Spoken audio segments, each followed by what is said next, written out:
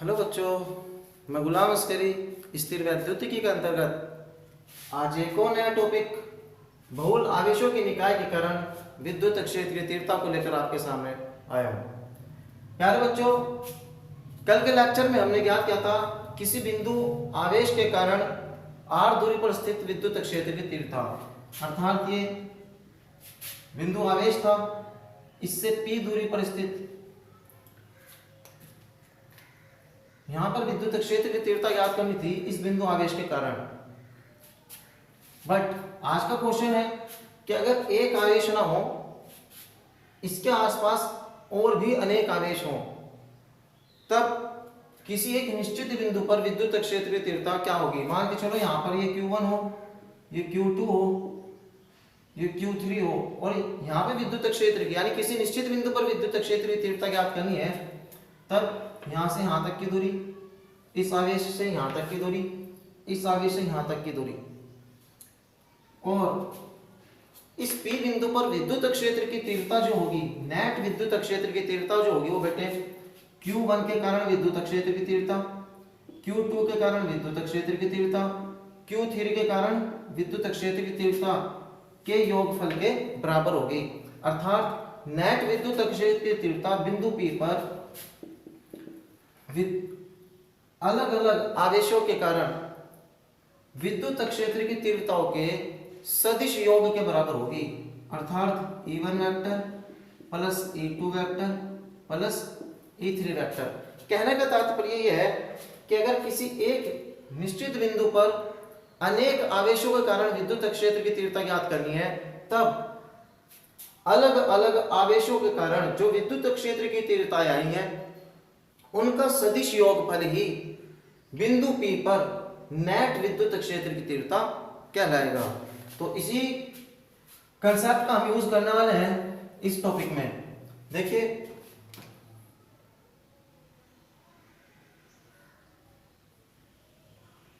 प्यारे बच्चों, ये आपका एक्स अक्ष, ये वाई अक्ष, और इनके मध्य में अनेक आवेश वितरित हैं जो इस प्रकार है। माना ये Q1 आवेश है जिसका स्थिति सदिश मूल बिंदु के सापेक्ष R1 वेक्टर है। ये Q0 अर्थात एक परीक्षण आवेश है।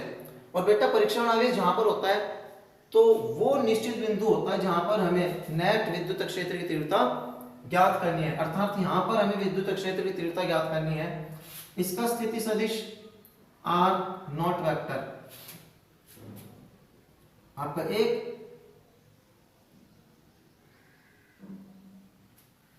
आवेश Q2 कुछ इस प्रकार है जिसका स्थिति सदिश R2 वेक्टर है। तो प्यारे बच्चों, ये देखिए अनेक आवेश हो गए, Q1 Q2, और भी हो सकता है Q3 Q4 Qn तक। इस आवेश के कारण इस बिंदु पर विद्युत क्षेत्र की जो तीव्रता होगी उसकी डायरेक्शन, अगर ये तो धनात्मक आवेश है, अगर ये भी धनात्मक आवेश हो तब डायरेक्शन कुछ इस प्रकार से होगी, E1 वेक्टर। क्योंकि कल के लेक्चर में हम पढ़ चुके हैं कि धनात्मक आवेश से विद्युत क्षेत्र की तीव्रता की दिशा आवेश से बाहर की ओर होती है, तब इस डायरेक्शन में होगी विद्युत क्षेत्र की तीव्रता। Q2 के कारण, Q2 आवेश के कारण विद्युत क्षेत्र की तीव्रता की जो डायरेक्शन है बेटे, वो कुछ इस प्रकार से हो जाएगी, E2 वेक्टर। और सेम इसी प्रकार से अगर हम एक और आवेश ले लें जिसका मान Qn हो, जिसका मान Qn हो, n यहां पर 1 2 3 4 5 एंड सो ऑन अनंत तक कोई भी संख्या हो सकती है, तब इसके कारण Q0 पर जो बनने वाली विद्युत क्षेत्र की तीव्रता है उसकी डायरेक्शन इस प्रकार से हो जाएगी, En वेक्टर। तो प्यारे बच्चों, ये अपना डायग्राम है। और Q1 आवेश के कारण, Q2 आवेश के कारण, Qn आवेश के कारण विद्युत क्षेत्र की तीव्रता इस बिंदु पर ज्ञात करनी है। मान के चलो ये बिंदु हमारा P बिंदु है, अर्थात P बिंदु पर नेट विद्युत क्षेत्र की तीव्रता को ज्ञात करना है। तब मान के चलो Q1 से Q0 तक की दूरी बेटा R1 वेक्टर है। R देखो 1 से शुरू हुई, कहां तक जा रही है? Q0 तक, तो हम लिखेंगे R1 नॉट वेक्टर। मैं लिख रहा हूं यहां पे R1 नॉट वेक्टर, Q1 से लेके Q0 तक की दूरी। Q2 से लेकर के Q0 तक का स्थिति सदिश, स्थिति सदिश बटे वो होता है जो स्थिति भी बताए और किस डायरेक्शन में है वो भी बताए। तो ये हो जाएगा अपना R2 नॉट वेक्टर, अर्थात 2 से शुरू है Q0 तक है तो R2 नॉट वेक्टर। और इसी प्रकार से Qn से लेके Q0 तक का जो स्थिति सदिश बनेगा हमारा Rn, n से शुरू है Q0 तक गया तो Rn नॉट वेक्टर, ये स्थिति सदिश है। अब प्यारे बच्चों, आपको P बिंदु पर विद्युत क्षेत्र की तीव्रता ज्ञात करनी है। किसके कारण? केवल एक आवेश Q1 के कारण नहीं, बल्कि अनेक आवेशों के कारण, जिसमें Q1 भी है, Q2 भी है, Qn तक है। तो मैंने अभी बताया किसी निश्चित बिंदु पर अनेक आवेशों के कारण विद्युत क्षेत्र की जो तीव्रता होगी वो अलग अलग आवेशों के कारण जो विद्युत क्षेत्र की तीव्रताएं होंगी उनके सदिश योग के बराबर होगी। अर्थात P बिंदु पर नेट विद्युत क्षेत्र की तीव्रता कुछ इस प्रकार से होगी बेटा, E वेक्टर बराबर E1 vector plus E2 vector plus E3 vector plus अनंत तक चलता चला जाएगा और कहां तक? En वेक्टर तक। इस बिंदु पर परिणामी नेट विद्युत क्षेत्र की तीव्रता सभी आवेशों के कारण विद्युत क्षेत्र की तीव्रताओं के सदिश योग के बराबर होती है। तो अब हमारा जो मेन पर्पस है, मुख्य उद्देश्य है बेटे, इन E1, E2 और E3 और En के मान को कैलकुलेट करना, ज्ञात करना। देखिए E1 का मान कितना होगा? E1 बराबर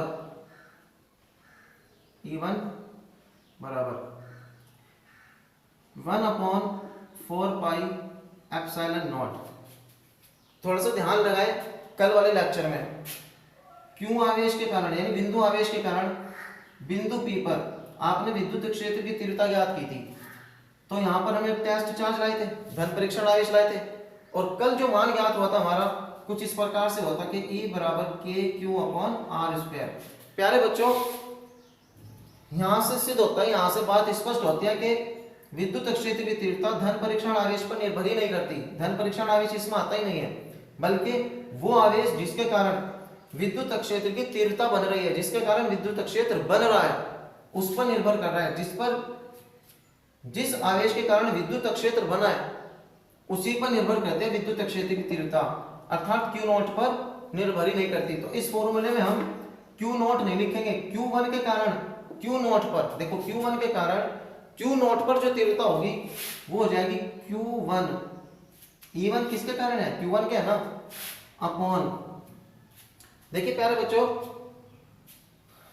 E1 एक सदिश राशि है और सदिश में क्या होता है? परिमाण प्लस दिशा दोनों होती है। तो परिमाण हमें देखना होगा, यहां पे आते दूरी का वर्ग, बट यहां पर दूरी कितनी है? देखो दूरी है Q1 से लेके Q0 तक। देखो Q1 से लेकर के और Q0 तक की दूरी, हम स्थिति सदिश की बात नहीं कर रहे हैं। स्थिति सदिश तो यही है R1 नॉट, जो इसकी स्थिति को बता रहा है, जो इसकी डायरेक्शन को भी बता रहा है और कितनी दूरी पर है वो भी बता रहा है। बट हमें केवल और केवल दूरी लेनी है, दूरी का वर्ग करना है, अर्थात परिमाण का वर्ग करना है। तो परिमाण हो जाएगा R1, देखो R1 से लेकर के नॉट तक, तो परिमाण केवल इतना होगा, दूरी R1 नॉट इतनी होगी।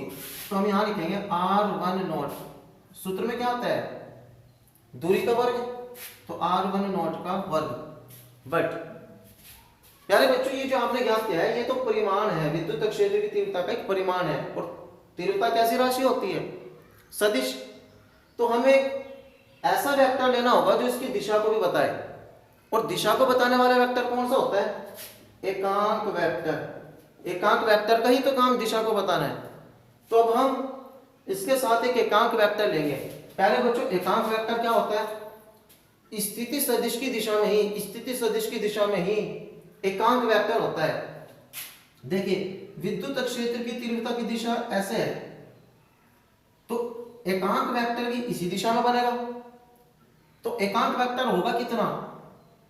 स्थिति सदिश की दिशा देखो, यहां से समझना। विद्युत क्षेत्र की तीव्रता की दिशा कुछ इस प्रकार से है ना, E1 की वेक्टर की, E1 वेक्टर की दिशा कुछ इस प्रकार से है। तो 100% आर कैप जो भी होगा, यानी एकांक वेक्टर जो भी होगा, उसकी भी डायरेक्शन ऐसी होगी। अब उसको किस तरह ज्ञात करें? हमें देखना होगा स्थिति सदिश। देखिए, स्थिति सदिश ये है, इसकी डायरेक्शन सेम इसी प्रकार से है, और स्थिति सदिश का मान कितना है? R1 not vector.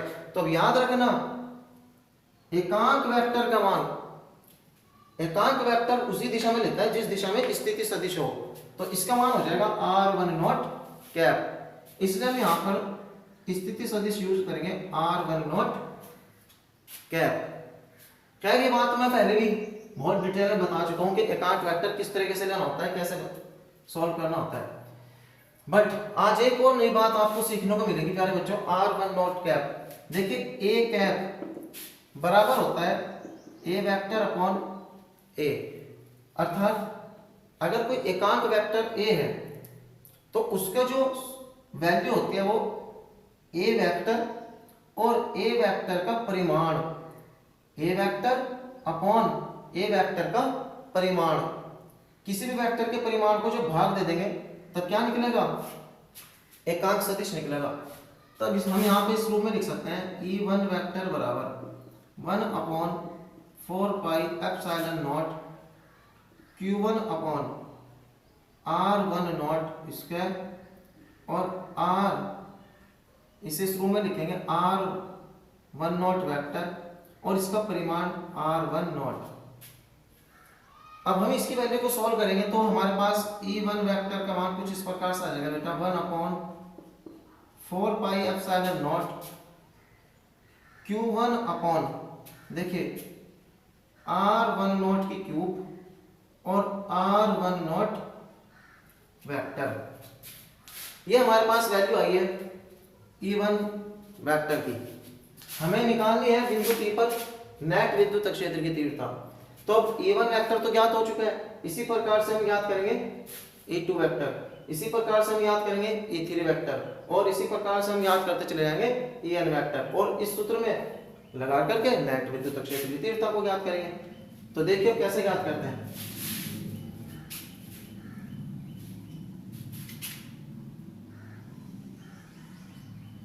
E2 vector इसी प्रकार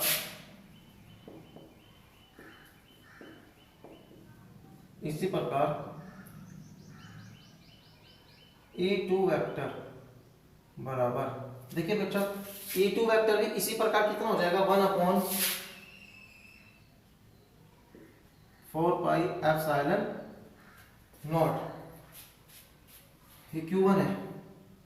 अब E2 वेक्टर याद कर रहे हैं, E2 किसके कारण बनना है बेटे? Q2 के कारण।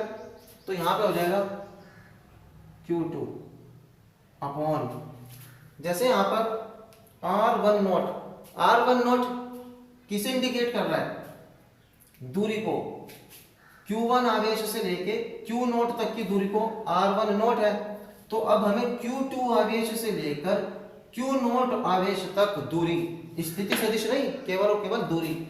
और दूरी जो हो जाएगी बेटे, ये तो है स्थिति सदिश, ये हमें दूरी याद करनी है, तो दूरी हो जाएगी R2 नॉट, और देखिए दूरी पर क्यूब। सेम इसी प्रकार से ये प्रोसेस यहां पे फॉलो होगा, और R2 नॉट वेक्टर, जैसे यहां पे R1 नॉट वेक्टर आया। इसी प्रकार हम E3 को भी ज्ञात कर सकते हैं। E3 की value 1/4πε0 Q3 upon R3 cube और R3 वेक्टर। इसी प्रकार हम वैल्यू ज्ञात कर सकते हैं बेटे En वेक्टर की।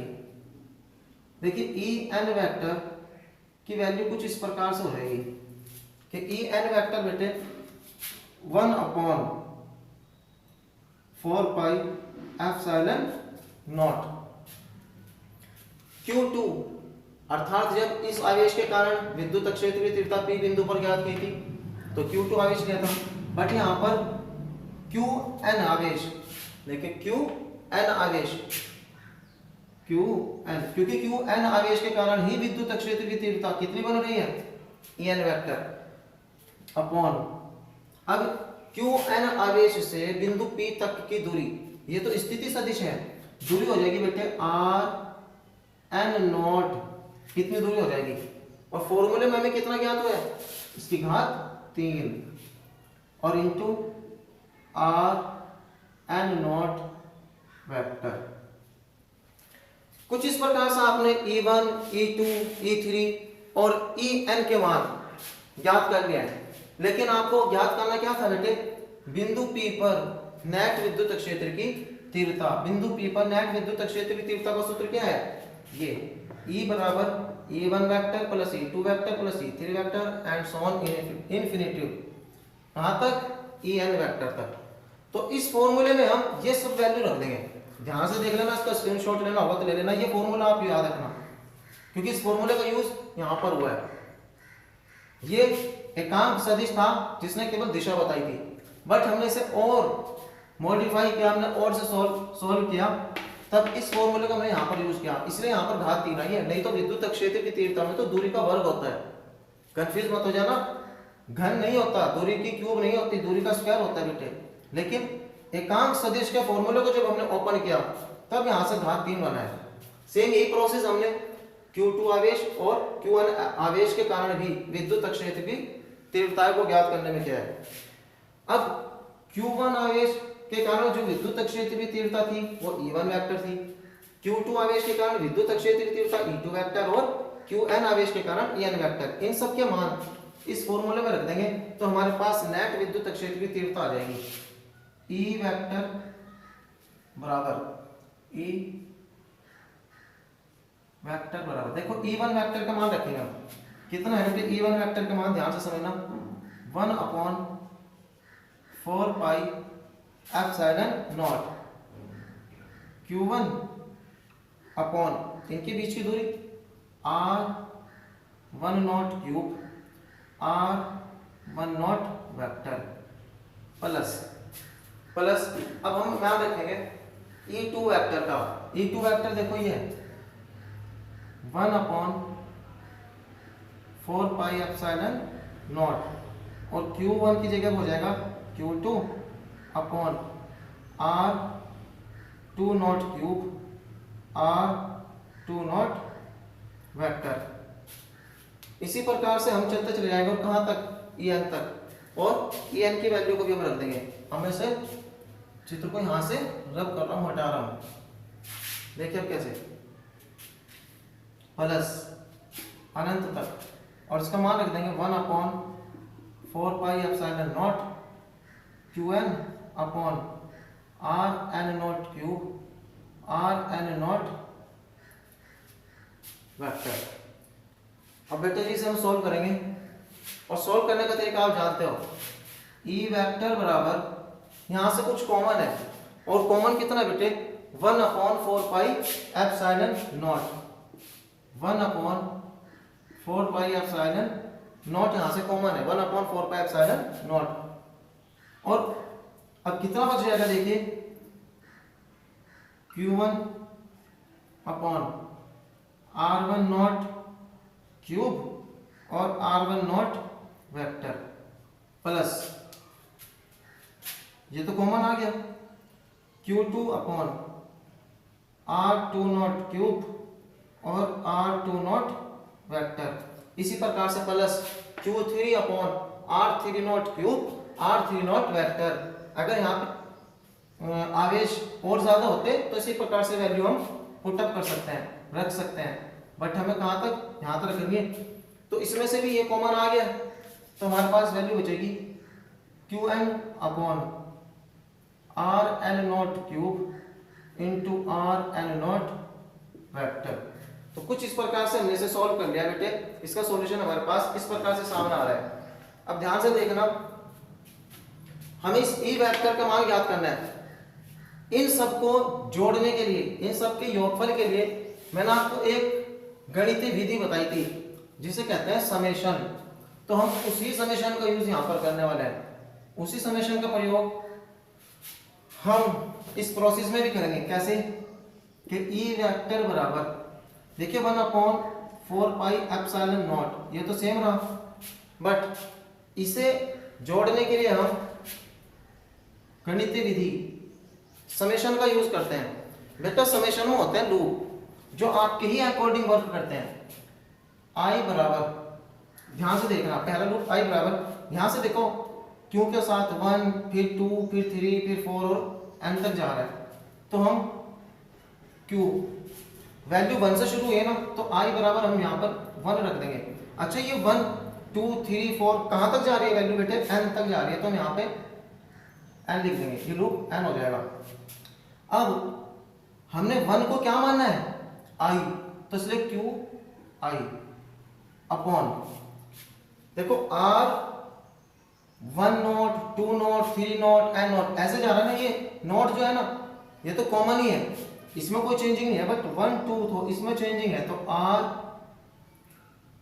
1 की जगह हमने i को रखा है ना, तो i और ये नोट। अब इसकी घात 3 है तो यहां पर हम घात 3 लिख सकते हैं। अब इसमें भी देखिए यहां पे भी चेंजिंग इसमें है 1, 2 इस तरीके से, तो r 1 की जगह हम लिख सकते हैं बेटे i। इनमें नॉट वाली वैल्यू में कोई चेंजिंग नहीं है तो इसे बिल्कुल सेम रखेंगे। और कुछ इस प्रकार से हमारा विद्युत क्षेत्र की तीव्रता ज्ञात हुई है नेट किसी बिंदु P पर।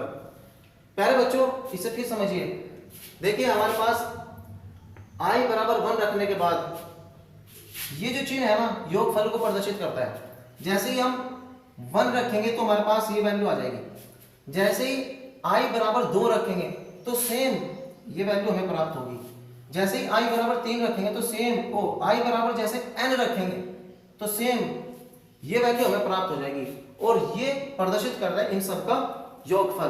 तो हमारा एक सूत्र ज्ञात हुआ है, अनेक आवेशों के कारण अर्थात बहुल आवेशों के कारण, एक से अधिक आवेशों के कारण विद्युत क्षेत्र की तीव्रता। कल हमने जो ज्ञात किया था किसी बिंदु आवेश के कारण अर्थात एक ही आवेश था उसके कारण विद्युत क्षेत्र की तीव्रता आई थी, उसे मैं फिर बता दूं E बराबर KQ/r², यह मान आया था। बट अनेक आवेशों के कारण किसी भी एक निश्चित बिंदु पर विद्युत क्षेत्र की तीव्रता परिणामी रूप से हमें यह प्राप्त होगी। तो ये था प्यारे बच्चों आज का एक छोटा सा लेक्चर जो आपके सामने मैंने रखा। आप सबसे फिर यही आशा, यही उम्मीद कि आप अपने इस सिलेबस को, क्लास 12 का जो फिजिक्स आपके सामने चल रहा है, इसे कंटिन्यू बना के रखेंगे और कंसेप्ट दर कंसेप्ट आप टॉपिक को सीखते चले जाएंगे। धन्यवाद।